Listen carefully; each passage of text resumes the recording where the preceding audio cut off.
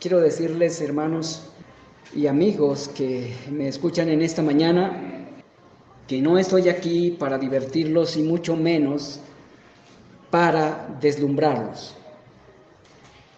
Esta no es la función de ningún predicador de la palabra de Dios. Mi intención en esta mañana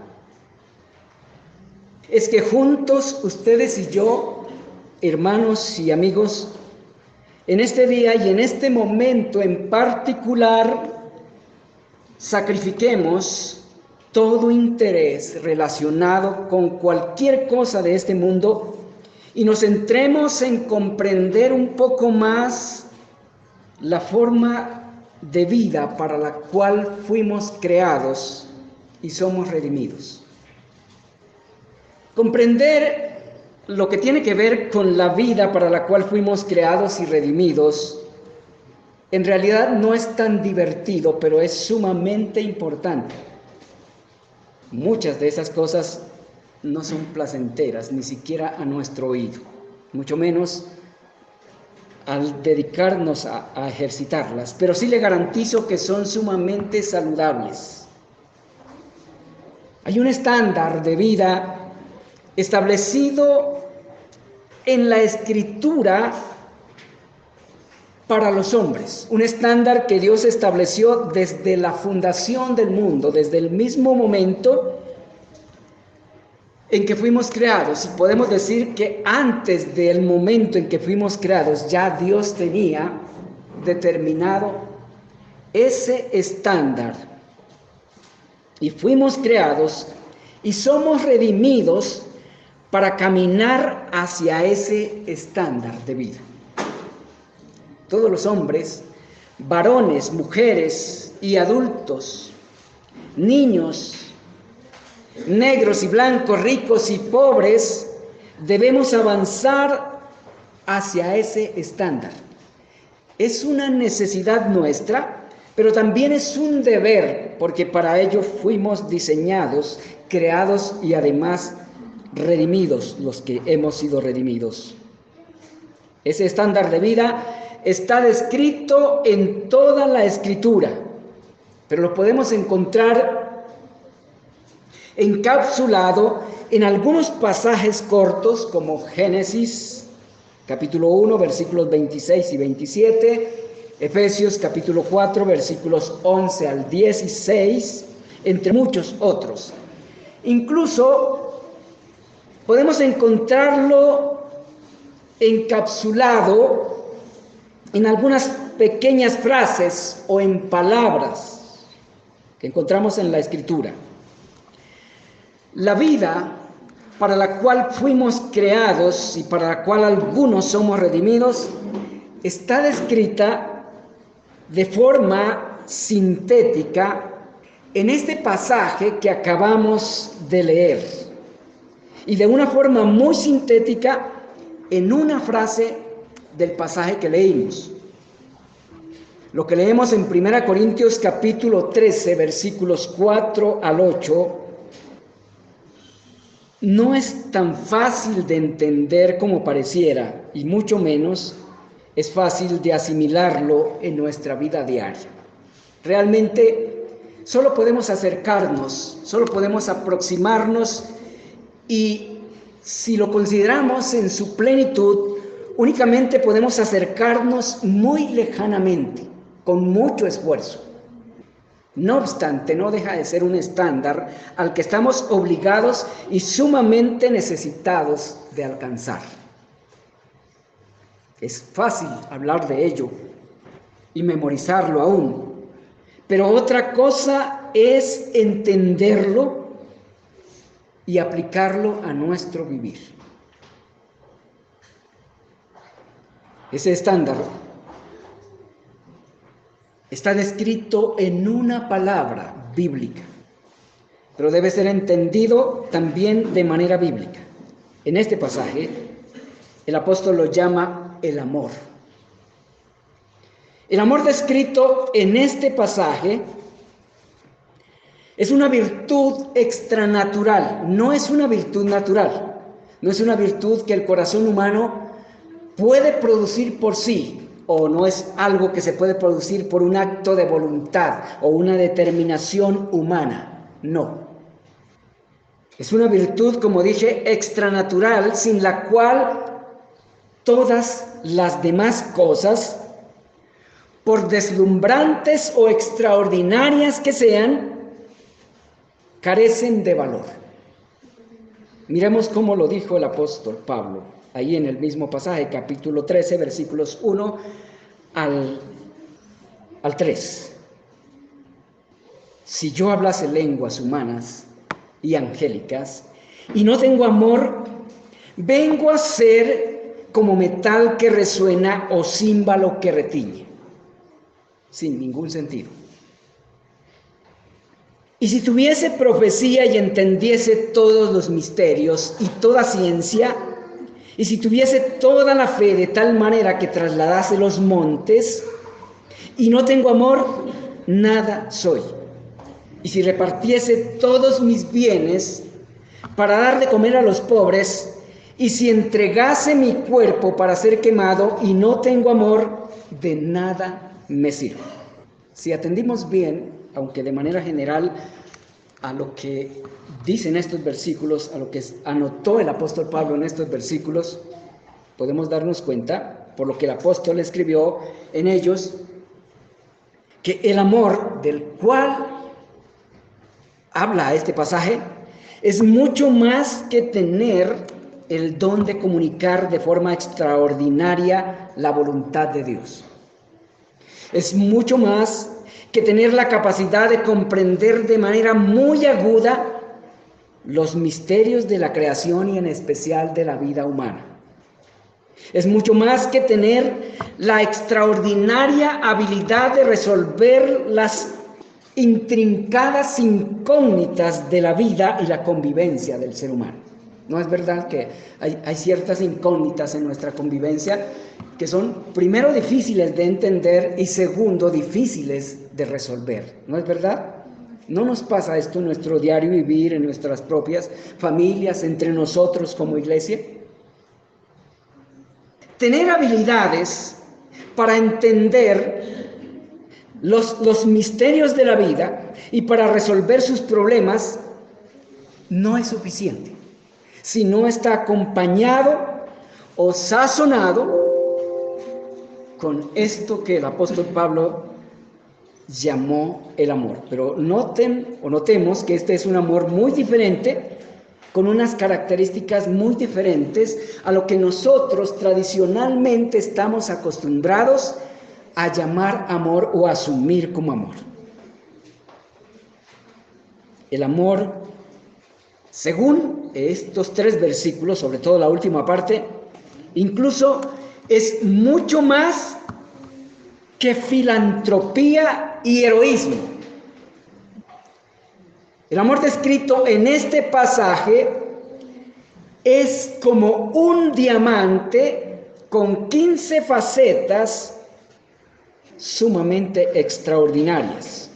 En esta ocasión vamos a tratar de contemplar, y les pido que se esfuercen conmigo, para tratar de contemplar el brillo de la 6ª característica de este diamante. ¿Cuál es la 6ª característica del amor? El amor no hace nada indebido. En el lenguaje original, la frase no hace nada indebido es una sola palabra, un verbo.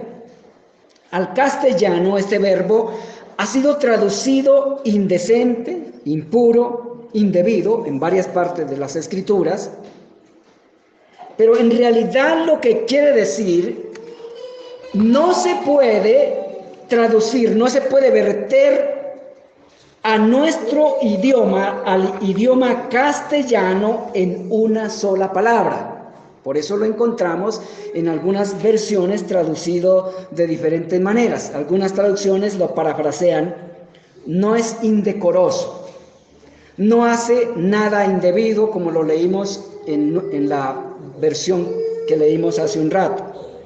Pero también se puede traducir Ese verbo no hace nada irracional o no hace nada ilegal o no hace nada injusto o nada incorrecto. Se puede traducir ese mismo verbo.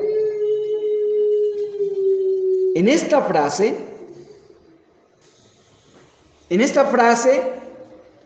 el apóstol Pablo está sintetizando, o más bien sintetizó, todo lo que debemos ser y hacer. Por eso les decía, hay un ideal establecido del que habla toda la Escritura, pero que también lo encontramos encapsulado en algunos textos bíblicos, en algunos versículos, de diferentes maneras, incluso en una sola palabra. Y esta es una sola palabra en el original, que a nuestro idioma no es posible traducirlo en una sola palabra. Por eso se tradujo en una frase completa. Pero ¿qué quiere decir esa palabra o esa frase? En realidad la demanda es grande. La demanda es de una magnitud que nuestra mente no alcanza a comprenderla en su totalidad. Lo que quiere decir no hacer nada indebido. Tenemos nociones de ello. Comprendemos la frase, comprendemos la expresión, no hacer nada indebido. Pero para no hacer nada indebido, es necesario tener un entendimiento muy amplio de lo que establece lo indebido de lo debido. Para no hacer nada indebido se requiere más que buena voluntad, más que determinación.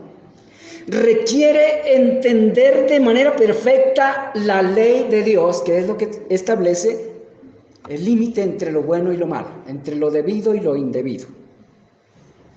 No hacer nada indebido requiere, además de un entendimiento perfecto de la ley de Dios, requiere la capacidad de cumplir nuestros deberes hacia Dios y hacia nuestro prójimo sin cruzar los límites de la libertad y la responsabilidad de nuestro prójimo. Esto sí que es fácil, que es difícil.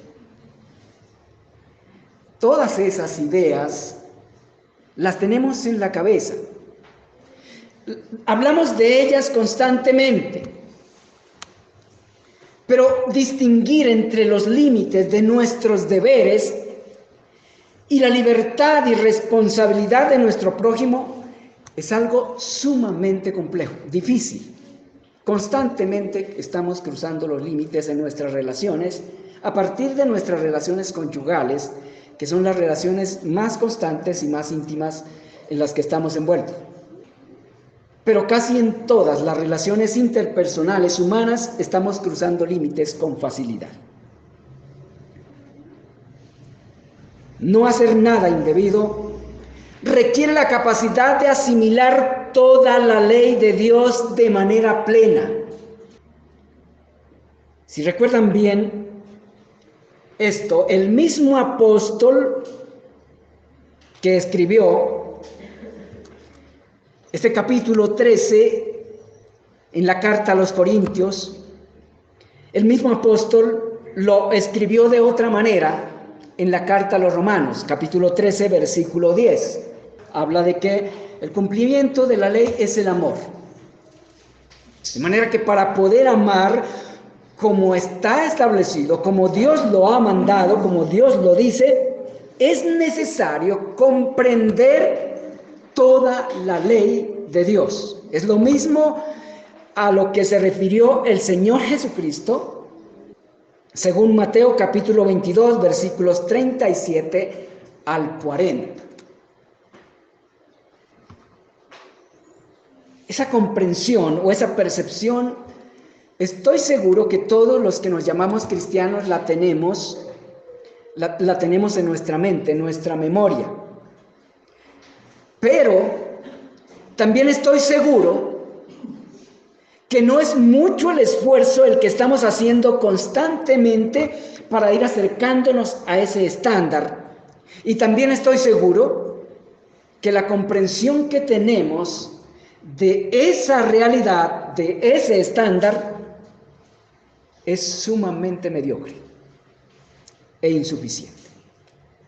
Por tanto, es necesario que para tener algunas nociones de lo que es aplicar esta cláusula, que es característica del amor, es necesario ver algunas particularidades del por qué el apóstol Pablo la incluyó en su carta y específicamente como parte del camino más excelente que debe seguir el creyente. Teniendo en cuenta, hermanos, el contexto y la causa por la cual el apóstol escribió esto, quiere decir que el amor no hace nada que desagrade a Dios y cause algún perjuicio al prójimo. Esto es muy difícil lograr. En la iglesia cristiana que estaba en Corinto, algunos estaban causando cierta confusión, presumiendo tener dones que realmente no tenían. Su presunción les impulsaba a hablar de parte de Dios cosas que ellos mismos ni sus oyentes entendían. Podemos confirmar eso en el capítulo 14, versículo 6 al versículo 11. Algunos incluso llamaban anatema o maldito al Señor Jesús, pretendiendo estar hablando por el Espíritu Santo. Ahí tenemos referencia a ello en el capítulo 12, versículos 1 al 3. Al mencionar esta característica del amor, el apóstol Pablo tiene la intención de corregir el desorden que la incoherencia de algunos miembros de esa iglesia estaba causando en la convivencia de la iglesia, en la armonía que debe caracterizar la iglesia de Cristo en todo lugar. La incoherencia, el desorden, la confusión que esto causaba se estaba apoderando de la iglesia allí en Corinto. Y esto, claramente, a la luz de lo que viene argumentando el apóstol Pablo, no corresponde al amor que debía reflejar la iglesia y en el que insiste la Escritura, sobre todo el Nuevo Testamento, que debe caracterizar la convivencia de la iglesia de Cristo. En lo que insistió el mismo Señor Jesucristo con sus discípulos y en lo que insiste todo el Nuevo Testamento una y otra vez en diferentes partes de la Escritura.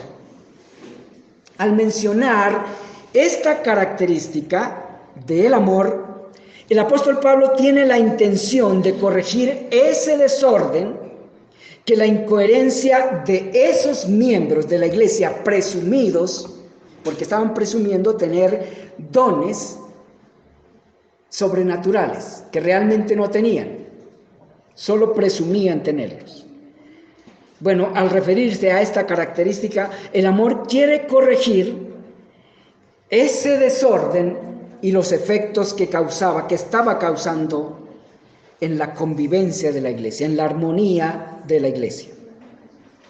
La incoherencia, el desorden y la confusión estaban perturbando el orden de la iglesia, incluso el culto mismo, la liturgia.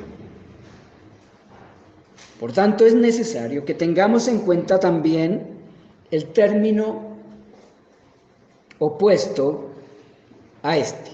En la Escritura, el antónimo del término que aquí se tradujo indebido.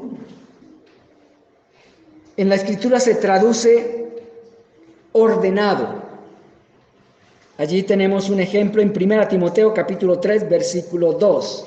Se traduce correcto, se traduce decoroso y también es usado para denotar nobleza o dignidad en algunas partes del Nuevo Testamento.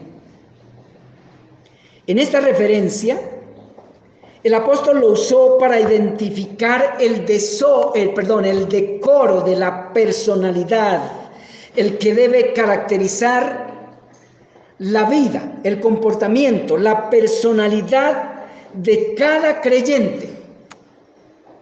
Este decoro es producto de la obra del Espíritu Santo en la vida de los redimidos. Es evidencia inequívoca de la presencia del Señor Jesucristo en un individuo. Es una armonía de carácter, es una armonía de virtudes, es una armonía de habilidades. Es un concierto que hermosea la vida y las relaciones de la persona en quien está esta virtud que Pablo llama aquí amor. ¿Cuál es el efecto del amor según esta característica? Bueno, es importante hablar del efecto. ¿Por qué? Porque esto nos ayuda a que cada uno podamos identificarnos por la Escritura si somos o no somos lo que queremos ser o lo que pretendemos ser. Ser creyente o ser cristiano es mucho más que presumir ser cristiano. Uno de los fenómenos que afectan hoy en día a la iglesia es que mucha gente se llama cristiana. Mucha gente. Pero ¿tiene el carácter de Cristo? ¿Se le ve el carácter de Cristo en sus relaciones interpersonales? ¿Hay evidencia de ello en su forma de pensar, en su forma de obrar, en lo que hace? Según la Escritura y de acuerdo a las características que el apóstol Pablo da en este pasaje, y en especial lo que esta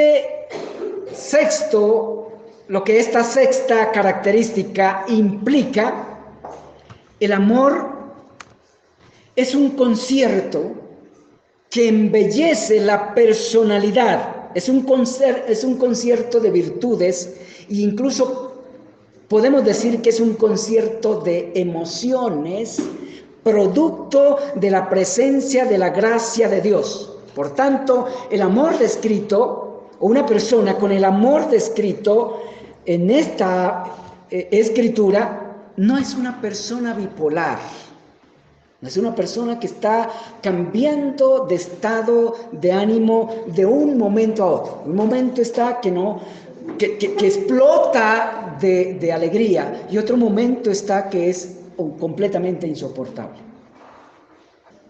Donde pasa eso, el amor está ausente. Tengámoslo por seguro que sí. Según lo descrito en esta escritura, el amor no es desconcertante, mucho menos decepcionante. Por tanto, yo no soy el amor. Constantemente estoy desconcertando a mi esposa, a mis hijos, que son los que viven más cercanamente a mí, a los hermanos, a la iglesia, a los que se acercan. Algunos hermanos han vendido una idea de mí por allá que no sé de dónde la han sacado, quizás porque no se han relacionado tanto conmigo. Y vienen algunas personas deslumbradas, pero a medida que se acercan a mí, pinchan de inmediatamente, explotan de decepción. Por tanto, Siempre les digo y les repito, no piensen que el hecho que yo hablo de esta característica es porque la van a encontrar en mí de una manera resplandeciente o infalible. No. Yo estoy tras él. Me esfuerzo, sí, al máximo en comprender y agarrarme y en cultivar en mi carácter cada una de estas características. Pero no, todavía no. No obstante, es la meta hacia la que todos los creyentes debemos caminar, porque este amor es el resplandor pleno del carácter de Cristo y es la armonía final a la que el Espíritu Santo va conduciendo la vida de cada uno de los redimidos. Por tanto, según esta descripción, esta característica, el amor hace lo que debe hacer en su forma, momento y lugar exactos. El amor no es desatinado, no es despistado.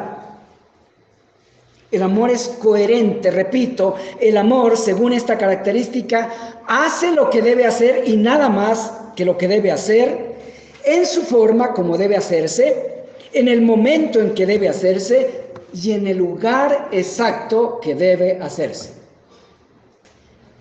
Esa armonía la reflejó el Señor Jesucristo desde su infancia y a través de todo su crecimiento. Mírenlo, por favor, o tomen apunte y lo miran después con calma, con serenidad, en el Evangelio según San Lucas, capítulo 2, versículo 52. Esas palabritas que encontramos ahí en el Evangelio describen la forma hermosa como crecía el Señor Jesucristo en su carácter y personalidad. Es la forma en que todos los seres humanos debemos crecer y en especial los redimidos. El comportamiento del Señor Jesucristo era coherente con su edad, en relación con Dios y en relación con las demás personas que le rodeaban.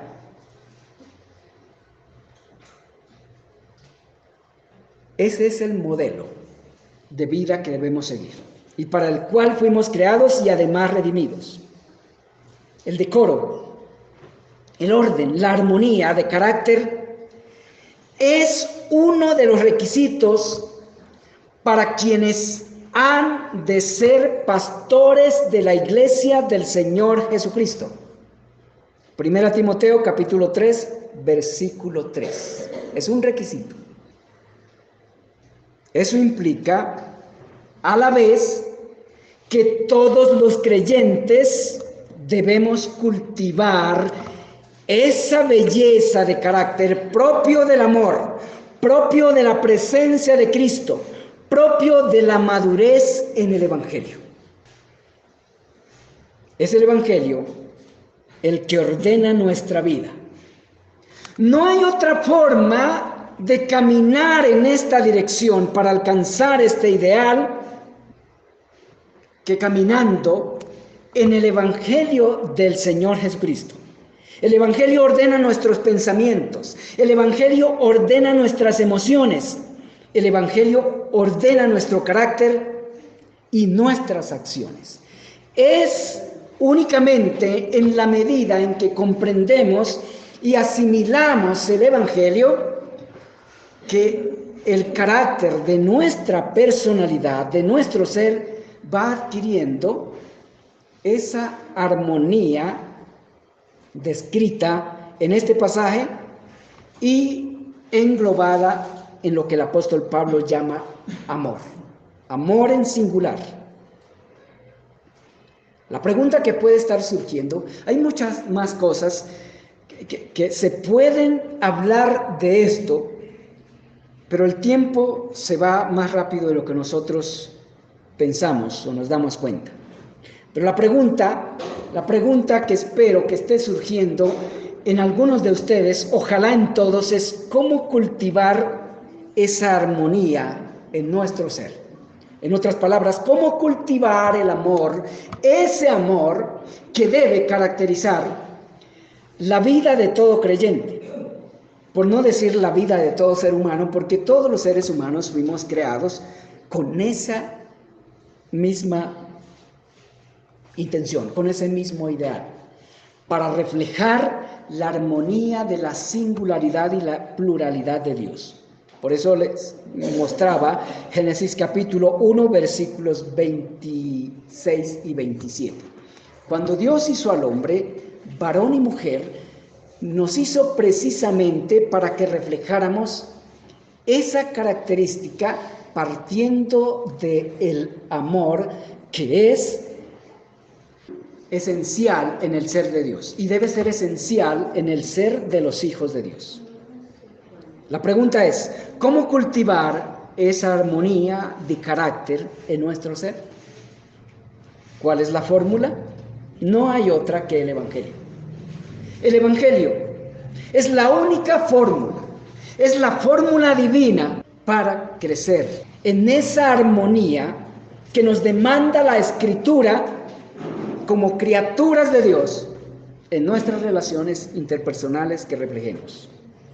El Evangelio es la gracia salvadora de Dios, enseñándonos a renunciar a la impiedad, a los deseos mundanos y a vivir sobria, justa y piadosamente, aguardando la esperanza gloriosa y bienaventurada que traerá nuestro gran Dios y Salvador Jesucristo, quien se dio a sí mismo para redimirnos de toda iniquidad, de toda maldad, y purificar para sí un pueblo propio, celoso de buenas obras.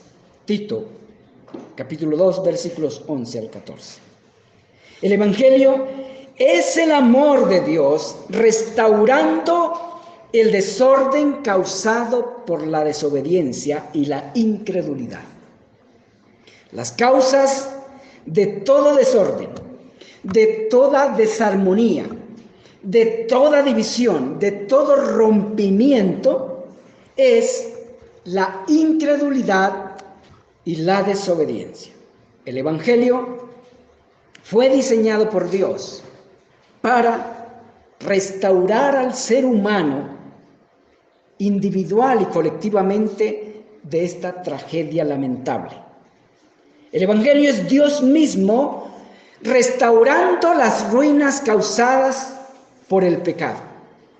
Dios lo hace con el poder de la fe en Cristo mediante la obediencia a su palabra, en el poder de su Espíritu Santo. El Evangelio es la obra de Dios reparando, restaurando o reformando lo deformado por el pecado, y el amor que no hace nada indebido es el estándar ideal de la vida cristiana, la vida en Cristo, la vida conforme a la voluntad agradable y perfecta de Dios. De manera que sin conocimiento de Cristo, sin su presencia y su Espíritu Santo obrando en nuestra vida o en la vida de una persona, nadie, absolutamente nadie, puede tener ese amor y mucho menos crecer en él. Los que decimos que hemos sido redimidos, estamos obligados a crecer en ese amor. Pero no tenemos que partir de ceros. Porque si hemos sido redimidos, ese amor, la semilla de ese amor, está plantado en nuestro corazón. Pero es nuestra responsabilidad cultivarlo y hacerlo crecer hasta que florezca en nuestras vidas y en nuestras relaciones, partiendo de nuestras propias familias, pero también en nuestra propia iglesia local. Y aunque este amor es un don de Dios implantado en los redimidos mediante la fe a partir de la justificación, como lo enseña la Escritura, Romanos 5, 1 al 5, cada creyente debemos trabajar arduamente para cultivarlo y crecer en él. Pero no se puede crecer en ese amor si no trabajamos decididamente en conformarnos a las demandas del Evangelio. Es conformándonos a las demandas del Evangelio, las que encontramos en toda la Escritura, pero resumidas, sintetizadas en escrituras como Efesios capítulo 4, versículos 1 hasta el 16, y por no decir hasta el 32, donde termina el capítulo.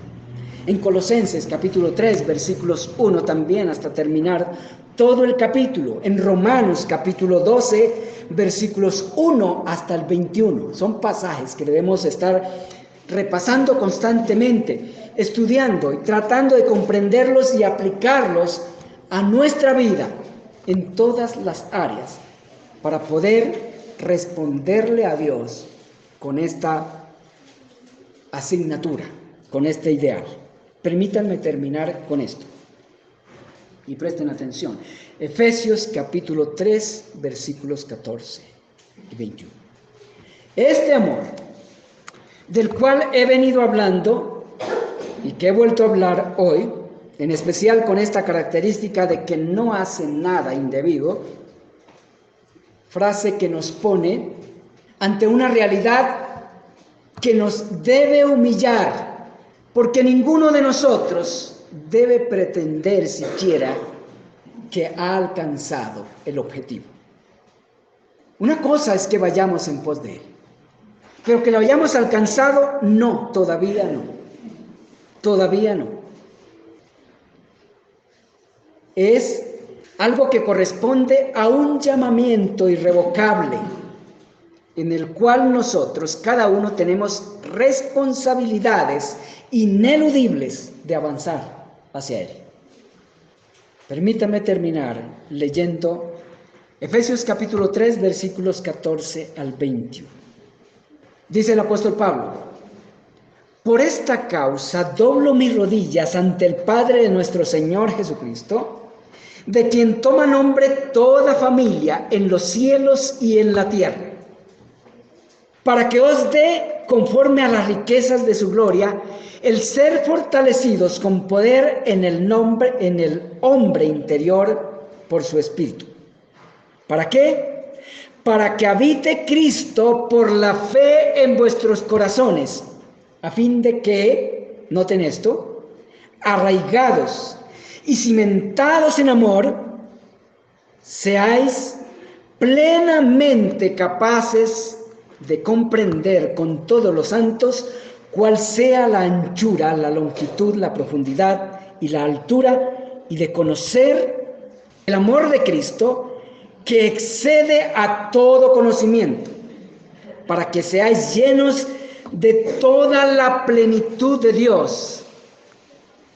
Y aquel que es poderoso para hacer todas las cosas mucho más abundante de lo que pedimos o entendemos, según el poder que actúa en nosotros, a él sea la gloria en Cristo Jesús por los siglos, por las edades, por todos los siglos de los siglos.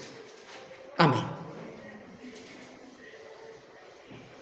El punto al que quiero llamar la atención de este párrafo que acabo de leer es que ese amor descrito en las Escrituras y demandado por Dios para que lo desarrollemos, para que lo despleguemos, para que lo cultivemos, es central en este proceso mencionado en este pasaje que acabamos de leer. Es central. Dice, a fin de que arraigados y cimentados en amor, seáis plenamente capaces de comprender. Noten que aún para la comprensión se necesita esto. Pero para la práctica, mucho más. Para la comprensión del Evangelio y para la vivencia del Evangelio, este amor es esencial. Es irrenunciable. Sin él es imposible avanzar en una vivencia correcta de la teología bíblica o la teología evangélica bíblica. Oremos. Señor, una vez más, damos gracias por tu palabra. Gracias por la luz que traes a nuestras vidas a través de ella. Pero una vez más tenemos que pedir perdón por nuestra falta de respuesta a ella. Y rogarte, Dios amado, que sigas trabajando en nuestras vidas, perdonando nuestros pecados, que son muchos. Algunos de ellos tienen que ver con nuestra falta de atención a tu palabra, con nuestra falta de valorar, de apreciar la obra con la cual nos has bendecido, nuestra falta de esfuerzo por comprenderla y por vivir conforme lo has diseñado, conforme lo necesitamos, Señor, porque somos nosotros los que necesitamos una vida saludable. Y tú, Señor, en tu palabra y por los méritos de Cristo, nos has dado todo lo necesario para que vivamos una vida plena en medio de los sufrimientos, de las adversidades, de las persecuciones cuando se presentan, en medio de toda calamidad. Señor, fortalécenos con tu Espíritu en tu palabra. Concédenos, Señor, la conciencia, la habilidad, la determinación y la perseverancia para cultivar este amor en nuestras vidas. Es un amor que preserva nuestros corazones de nuestra propia maldad y de la maldad que nos ataca a nuestro alrededor. Lo suplicamos en el nombre de tu Hijo Jesucristo. Amén.